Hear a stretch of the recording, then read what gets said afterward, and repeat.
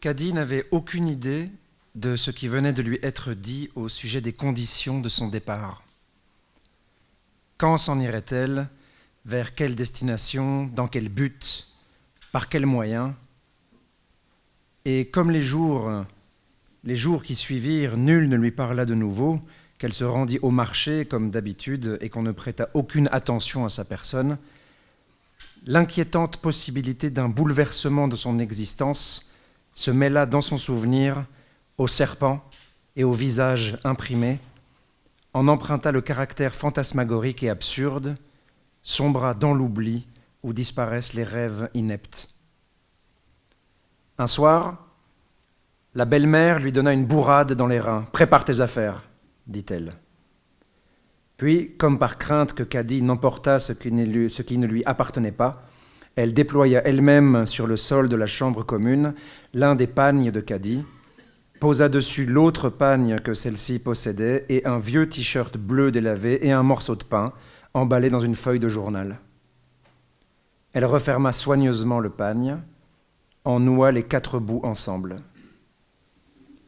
Elle tira ensuite de son soutien-gorge, lentement, dans une solennité pleine de regrets et de dépit, un rouleau de billets qu'elle glissa, sachant que Caddy n'avait pas de soutien-gorge, dans le haut de la culotte de Caddy, passant brutalement ses doigts dans la ceinture du pagne et coinçant les billets entre la peau qu'elle griffa de ses ongles jaunes et l'élastique de la culotte.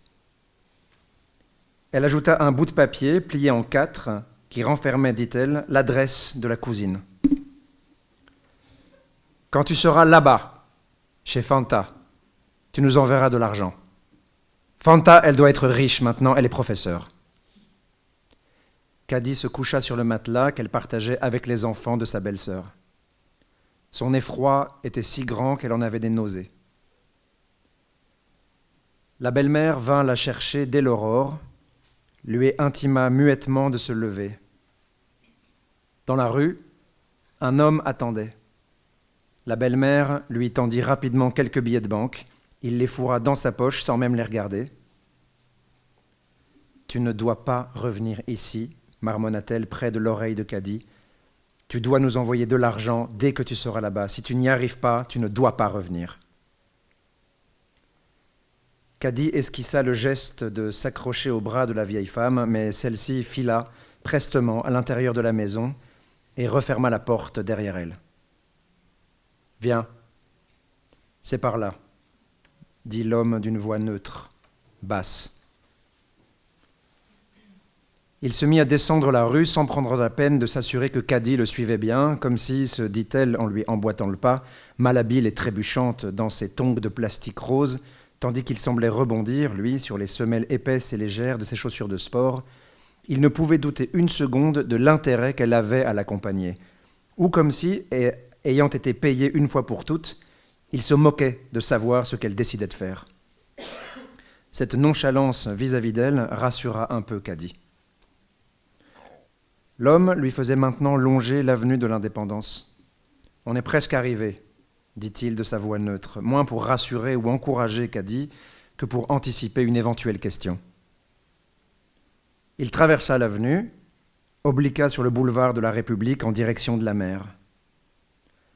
Dans le ciel d'un bleu clair et doux, Caddy voyait voler Chouka et Mouette, consciente de les voir voler, et surprise, presque apeurée de cette conscience, se disant non pas nettement, encore confusément et mollement, sa pensée encore entravée par les brumes de ses rêveries, se disant « Il y a longtemps que je n'étais pas allé par là, vers le bord de mer, où sa grand-mère l'envoyait, enfant, acheter du poisson aux pêcheurs tout juste débarqués. » Et elle ressentit alors si pleinement le fait indiscutable que la maigre fillette, farouche et valeureuse, qui discutait âprement le prix du mulet, et la femme qu'elle était maintenant, qui suivait un étranger vers un rivage semblable, constituaient une seule et même personne, au destin cohérent et unique, qu'elle en fut émue, satisfaite, comblée, et que ses yeux la picotèrent et qu'elle en oublia l'incertitude de sa situation,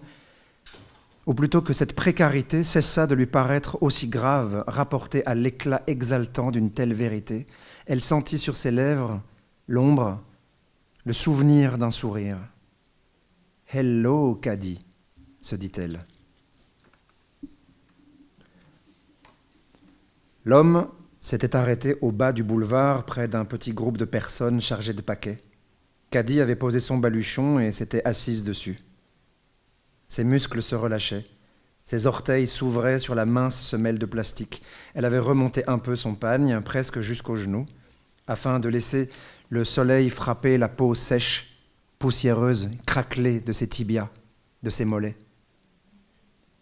Elle ferma à demi les yeux, ne laissant à son regard qu'une fente par laquelle elle pouvait voir aller et venir d'un pas nerveux l'homme chargé de la conduire. Vers quelle destination ? Elle n'oserait jamais le lui demander. Elle ne voulait d'ailleurs pas le savoir, pas encore, car que ferait, songeait-elle, son pauvre cerveau d'une telle information, lui qui connaissait si peu de monde, qui ne connaissait qu'une toute petite quantité de noms, et ces noms concernaient les choses dont on se sert chaque jour, et nullement ce qu'on ne peut ni voir, ni utiliser, ni comprendre.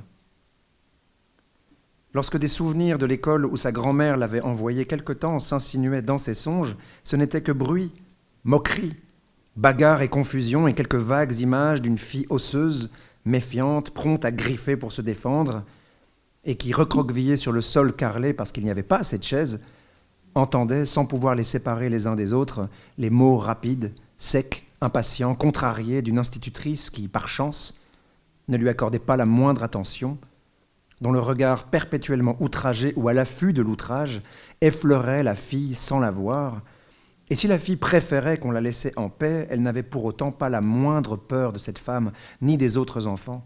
Si elle acceptait les humiliations, elle n'avait pour autant peur de personne. Caddy sourit intérieurement. La fille minuscule et teigneuse, c'était elle. Oh non, elle n'avait jamais rien compris ni rien appris à l'école. Voilà pourquoi aujourd'hui, elle ne savait de l'existence que ce qu'elle en avait vécu. Les gens attendaient comme elle-même le faisait, assis sur de gros sacs de plastique écossais ou sur des boîtes en carton, nouées de ficelles serrées, et bien que Caddy regardât droit devant elle par la fente de ses paupières mi-closes, elle pouvait deviner, à l'absence de vibration, à certaines qualités stagnantes de l'air autour d'elle, que l'homme, berger ou geôlier, protecteur ou secret artisan de maléfices, était seul à s'agiter. Arpentant fébrile le bitume sableux et défoncé, et dansautant, rebondissant involontairement dans ses chaussures de sport vertes exactement, songeait Caddy, comme sautillaient non loin les corbeaux noirs et blancs, noirs au cou largement bordé de blanc, desquels il était peut-être le frère finement changé en homme, le temps d'emporter, Caddy. Un frisson d'angoisse troubla son impassibilité. Plus tard, quand la chaleur était devenue telle que Caddy s'était enveloppé la tête et le torse du pagne rangé la veille dans son paquet, et que le petit groupe d'individus s'était transformé en une foule tumultueuse, l'homme la saisit par le bras, la dressa sur ses pieds et la poussa, à l'arrière d'une voiture déjà occupée par plusieurs personnes, dans laquelle il se jeta à son tour en protestant bruyamment avec indignation et mépris. Et il sembla à Caddy qu'il était furieux de trouver autant de monde dans la voiture et qu'on lui avait pourtant assuré qu'il n'en serait pas ainsi et qu'il avait même payé pour cela.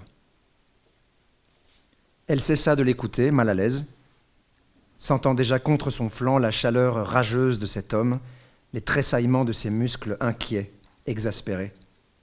Elle lui lança un regard de côté tandis que la voiture démarrait, quittait lourdement, péniblement la place, maintenant encombrée de minibus et d'autres grosses et pesantes voitures, pareilles à la leur, dans lesquelles montaient ou essayaient de monter de nombreuses personnes, dont les propos et parfois les appels, les exclamations, se mêlaient aux cris batailleurs des corbeaux noirs et blancs, volant bas au-dessus de la chaussée.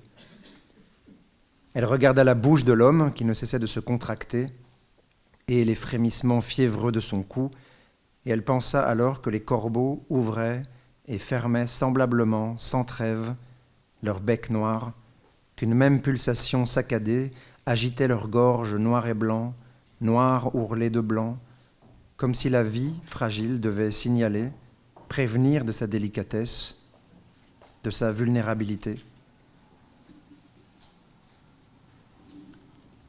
Elle sursauta violemment au contact de la main de l'homme sur son épaule.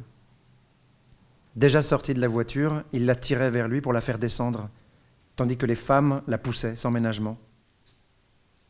Caddy mit pied à terre, maladroite, quittant la suffocante chaleur de la voiture pour la touffeur humide d'un lieu qui, s'il ne lui rappelait rien de précis, ressemblait assez au quartier dans lequel elle avait vécu. Rue sableuse, murs roses ou bleu clair, ou de ciment brut, pour que s'éloignât d'elle la peur d'avoir été emmenée dans l'antre aux corbeaux. D'un geste impatient, l'homme lui fit signe de la suivre. « Allez, viens, viens !» souffla-t-il de sa voix agacée, pressante, et Caddy se remit à trottiner derrière lui en raclant ses tongs dans la poussière. Enregistrant brièvement, dans un état d'effroi concentré et lucide, les lointaines odeurs de putréfaction maritime, les façades croulantes et telles qu'elle n'en avait jamais vu d'énormes maisons aux balcons effondrés, ornées de colonnettes décrépites qui lui semblaient prendre dans le jour finissant, dans le crépuscule violet, l'aspect de très vieux os soutenant quelques grands corps animaux ravagés.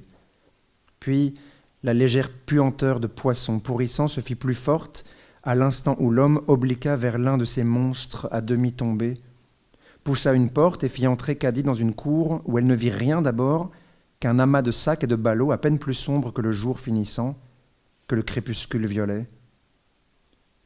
Ensuite, elle distingua, émergeant de l'amoncellement de bagages, les visages gommés par le soir, sans âge ni trait, de femmes, d'hommes, d'enfants assis dans un silence que personne, seulement de temps en temps une toux, un soupir. Il y avait entre elle et ces gens un rapport simple, puisqu'elle se trouvait en même temps qu'eux dans cette cour. Mais quelles étaient la nature et le motif de ce rapport, et cette situation était-elle bonne pour eux comme pour elle, et comment repérerait-elle une mauvaise situation, et pouvait-elle disposer de sa personne librement ?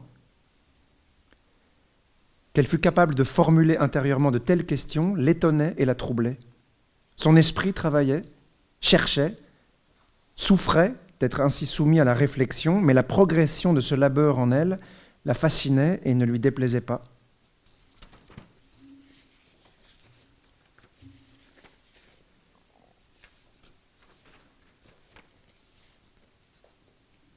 Ni éveillée, ni somnolente, elle demeura ainsi prostrée, presque inconsciente de ce qui l'entourait, et seulement accessible aux sensations de chaleur, puis de faim et de soif qu'elle éprouvait du fond de son inertie, entrecoupée de soubresauts anxieux, jusqu'à ce qu'un soudain remue-ménage l'obligeât à lever la tête et à se dresser sur ses pieds. Tous les occupants de la cour s'étaient mis debout à l'entrée, supposa rapidement Caddy, d'un petit groupe d'hommes. Des éclats de voix, bref, volontairement étouffés, lui parvinrent du côté des 3 ou 4 individus qui venaient d'entrer. Et bien qu'elle n'ait pas saisi ce qu'il disait, soit qu'elle fût trop éloignée, soit qu'il se soit exprimé dans une langue inconnue d'elle, Caddy comprit qu'il se passait enfin ce que les gens de la cour avaient attendu, au bruissement affairé, préoccupé, assourdi qui parcourait l'assemblée. Un bourdonnement emplit son crâne. Elle ramassa son paquet, suivit en chancelant un peu le lent mouvement vers la porte.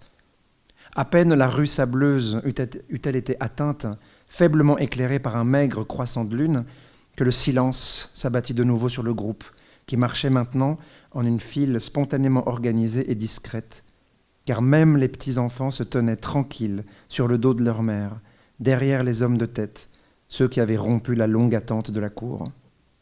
Au loin, des chiens hurlaient. C'était, avec le bruissement des tissus, le frottement des tongs sur le sable, le seul bruit de la nuit. Les dernières maisons disparurent. Des exclamations fusèrent dont Caddy ne put rien comprendre, sinon la grande angoisse qui en altérait le ton. Un enfant se mit à pleurer, et puis un autre.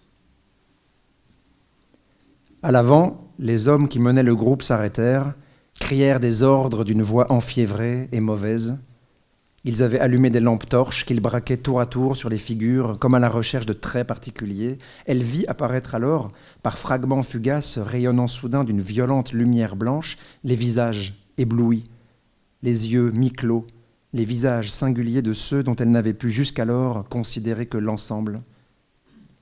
Son propre visage passa dans le faisceau de lumière brutale et elle songea, oui, moi, Kadi Demba, toujours heureuse de prononcer muettement son nom et de le sentir si bien accordé avec l'image qu'elle avait, précise et satisfaisante, de sa propre figure, ainsi qu'avec son cœur de Kadi, ce qui se nichait en elle et auquel nul n'avait accès en dehors d'elle-même. Mais elle avait peur maintenant. Elle pouvait entendre le fracas des vagues, toutes proches. Elle distinguait d'autres lumières, moins crues, plus jaunes et chancelantes, du côté de la mer. Oh, elle avait bien peur. Elle se sentit poussée dans le dos, entraînée par une soudaine progression du groupe vers le bruit des vagues. Les hommes aux lampes torches vociféraient, de plus en plus pressants et nerveux à mesure que les gens s'approchaient de la mer. Kadi sentit que l'eau submergeait ses tongs. Puis elle distingua nettement les lumières mouvantes devant elle, comprit qu'elles devaient provenir de lampes accrochées à l'avant d'un bateau. Elle discerna alors, comme s'il lui avait fallu d'abord saisir de quoi il s'agissait pour le voir, les formes d'une grande barque, semblable à celle dont elle guettait le retour lorsque petite fille et sa grand-mère l'envoyaient acheter du poisson sur la plage. Le fond de la barque était rempli d'eau. Elle agrippa son paquet, s'accroupit contre l'un des côtés du bateau. Une odeur incertaine, putride montait du bois. Elle resta ainsi hébétée, stupéfaite, tandis que grimpait encore dans la barque un tel nombre de personnes qu'elle craignit d'être étouffée, écrasée. Elle se mit debout, titubante, prise de terreur, elle haletait. Elle tira sur son pagne mouillé, passa une jambe par-dessus le bord du bateau, attrapa son ballot, souleva l'autre jambe. Une douleur effroyable lui déchira le mollet droit. Elle sauta dans l'eau. Elle regagna la grève en pataugeant, se mit à courir dans le sable, dans l'obscurité qui s'épaississait à mesure qu'elle s'éloignait du bateau. Et bien que son mollet la fit considérablement souffrir et que son cœur cogna si fort qu'elle en avait la nausée, la conscience claire, indubitable, qu'elle venait d'accomplir un geste qui n'avait procédé que de sa résolution, que de l'idée qu'elle s'était formée à toute vitesse de l'intérêt vital qu'il y avait pour elle à fuir l'embarcation, la comblait d'une joie ardente, féroce, éperdue, lui révélant dans le même temps qu'il ne lui était encore jamais arrivé de décider aussi pleinement de quoi que ce fût d'important pour elle, puisque son mariage, elle n'avait été que trop pressée d'y consentir lorsque cet homme gentil et tranquille, un voisin alors, l'avait demandé, lui permettant ainsi de s'éloigner de sa grand-mère. Mais certainement pas, songeait-elle suffocante, sans cesser de courir, certainement pas d'avoir l'impression que sa vie lui appartenait. Oh non, certainement pas. Ni que sa vie dépendait des choix qu'elle, Kadi Demba, pouvait faire, car elle avait été choisie par cet homme qui s'était avéré être par chance un homme bon, mais elle l'avait ignoré au moment où ce choix s'était porté sur elle. Elle l'avait ignoré en acceptant, reconnaissante, soulagée d'être choisie. Épuisée, elle se laissa tomber dans le sable. Elle était pieds nus. Ses tongs étaient restés dans l'eau ou peut-être au fond de la barque. Elle tâta son mollet blessé, sentit sous ses doigts du sang, des chairs déchiquetées. Elle se dit qu'elle avait dû accrocher sa jambe à un clou en passant par-dessus le bord du bateau. La nuit était si noire qu'elle ne pouvait pas même discerner le sang sur sa main en approchant celle-ci tout près de ses yeux. Elle frotta ses doigts dans le sable, longuement. Ce qu'elle pouvait voir, en revanche, c'était au loin, bien plus loin qu'il lui semblait avoir couru, les petites lumières jaunâtres que la distance immobilisait et l'éclat blanc et puissant de la lampe torche qui traversait l'obscurité sans trêve par saccades énigmatiques.